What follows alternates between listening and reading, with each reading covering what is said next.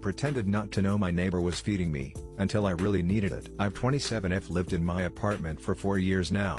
Quiet place, cheap rent, the kind of building where people nod politely in the hallway and never learn each other's names. I liked it that way. Then 2 years ago, this older lady moved in next door. She had this kind of mom energy, you know the type. Plastic containers for everything, floral smell in the hallway, always wearing house slippers. One night I came home late, exhausted, and found a little container of soup on my welcome mat. No note, still warm. I figured it was meant for someone else, but it smelled really good, so I took it inside. Next week, another container, this time rice and eggplant something. Again, no note. This kept happening. Once a week, sometimes more. Always just one portion, always homemade. I never asked, and she never said anything. We'd pass in the hallway, she'd smile, I'd nod. It became our unspoken routine. I started calling her apartment mom in my head. Then last month, I lost my job. I had some savings, but you know how fast those go. I was spiraling hard, not telling anyone. But the food kept coming. And suddenly, it mattered way more than just a kind gesture. It was groceries I didn't have to buy. A warm meal when I couldn't get out of bed. I still didn't say anything. Until last week. She knocked. First time ever. I opened the door and she just handed me a container of stir fry and said, "You're losing weight. You okay?" And I just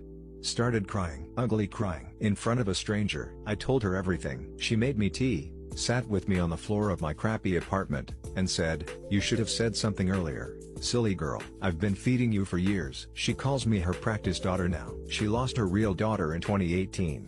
Said she wasn't ready to be alone. We're both alone a little less now.